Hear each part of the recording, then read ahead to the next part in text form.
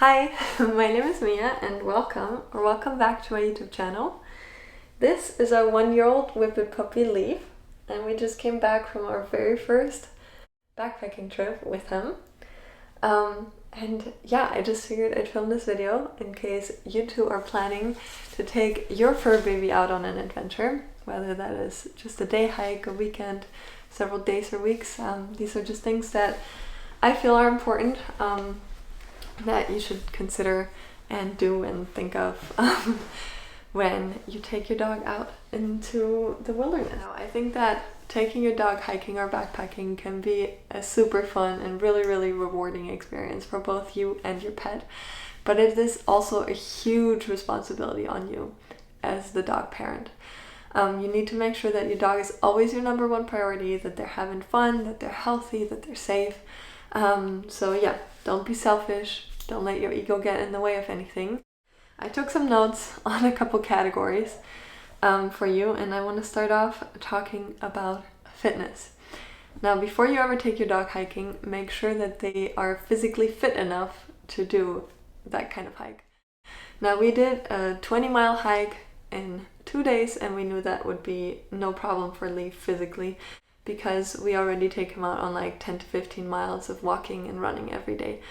But if your dog doesn't get that much exercise daily, then yeah, be sure to train for it in the weeks and months leading up to your adventure, just so yeah, they can build the strength and the endurance for it, and don't just expect them to walk like triple the amount out of the blue. Yeah, also make sure that while you're on your hike to take regular breaks, just so they can rest. They can maybe take a nap, they can eat and drink, and don't be selfish and just hike on through the whole time. Watch out for your dog, look out for signs of exhaustion, and give them the breaks that they need. And also, lastly, in the fitness category, dogs do get sore too, believe it or not.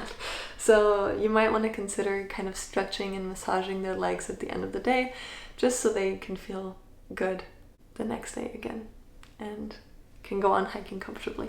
The next category, the biggest and most important one in my opinion, is safety. So I would definitely encourage you to bring some sort of first aid kit. Just put something together to tend to any minor cuts or even major injuries that your dog might sustain in the wilderness. Now, some things that I would recommend you bring would be like an antiseptic balm or spray to tend to cuts, and also some sort of like bandage that's very sturdy and will stay on, doesn't slide off, that your dog cannot easily take off. But also you do need to make sure that you are able to carry your dog out if necessary. If your dog does sustain a bad injury, then you need to have a way guaranteed to be able to carry them out, whether that is in your arms because your dog is small enough and you are able to carry them however many miles it takes, or there's even special carrier kits that you can buy for bigger dogs, or if you just want to have a special carrier for them. Now, besides injuries, another big safety concern would be like little bugs, fleas, ticks, that kind of stuff. I would recommend you get your dog some sort of like flea collar or like a spot on treatment. We even use a like flea and tick repellent shampoo to wash Leaf with. So that's a great first little barrier, but it doesn't protect your dog 100%. So be sure that you regularly check them for ticks. So maybe, let's say, every break that you take, just give your dog a quick little like checkup, and also at the end of the day, check them for ticks as well. You can also get little tick removers like this one. There's many different kinds. Whatever helps you in the backcountry. Another thing to consider would be to get some sort of paw balm. Doesn't need to be the specific one, but just something to create a barrier between their paws and the rough ground that they're on. It'll also help moisturize them. So this is a great way to just add a layer of protection to their paws in any conditions.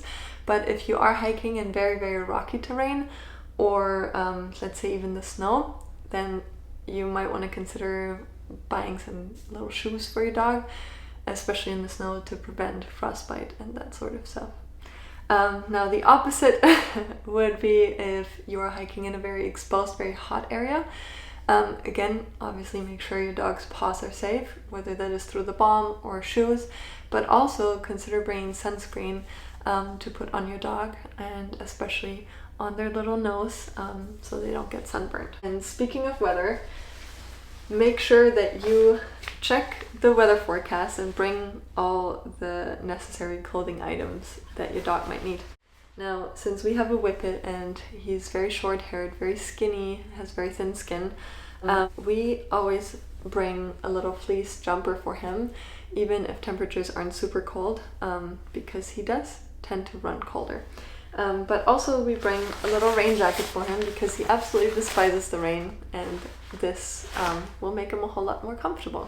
So yeah, whatever you see fit for the time of year and for your specific dog, just make sure to bring clothes for them as well. Next up, gear. Now first I want to talk about the lead, and this kind of goes back to safety again, because it is very important that you keep your dog on lead. Most trails actually require you to have your dog on lead at all times. It's just a lot safer for them and also for other hikers that might be hiking on the trail, so they don't go chasing squirrels and birds off into like thick brushes, or even down a cliff or something. So definitely keep them on lead. I very much like this one. It's by Rough Wear. I'm not sponsored, I just really like it because you can adjust it to fit around your waist, and that way you can hike hands off, which is safer for you in case you fall and need to hold on to things. But also this lead has a little stretchy part in the middle here, which just makes it a whole lot more comfortable, and again a little safer to have that buffer in case your dog pulls, then he doesn't make you fall. And then you're gonna want to have a good harness for your dog to wear. Again, this one's by Rough Wear. I really like it because it keeps him very, very safe and secure in here. We use these two on a daily basis, so he's already used to it, but make sure that if you're using some new gear on that hike, that you again practice with your dog so he's used to it. Make sure that it is the right fit for your dog, so there's no chafing or anything like that.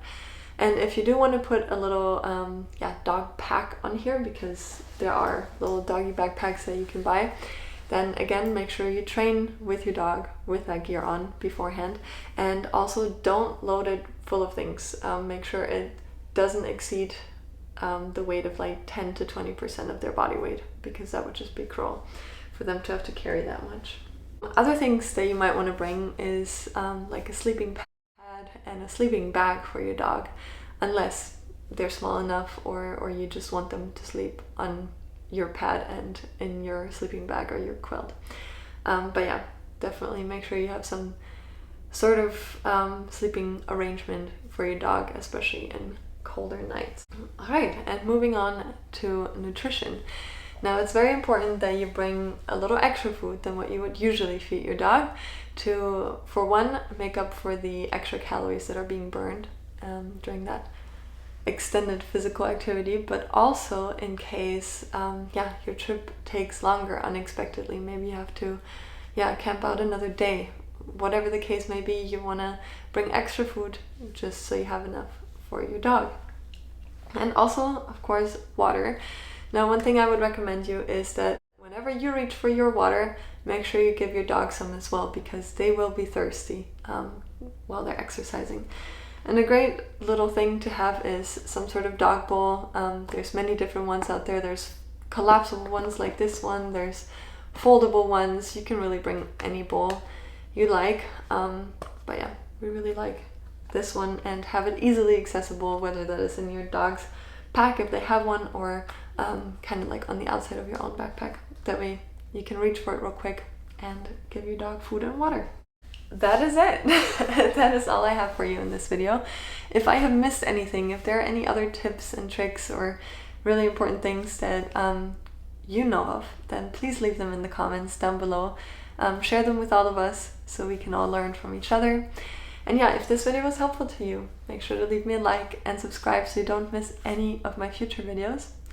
And yeah, with that being said, I hope you have an amazing day, and I'll see you next time. Bye.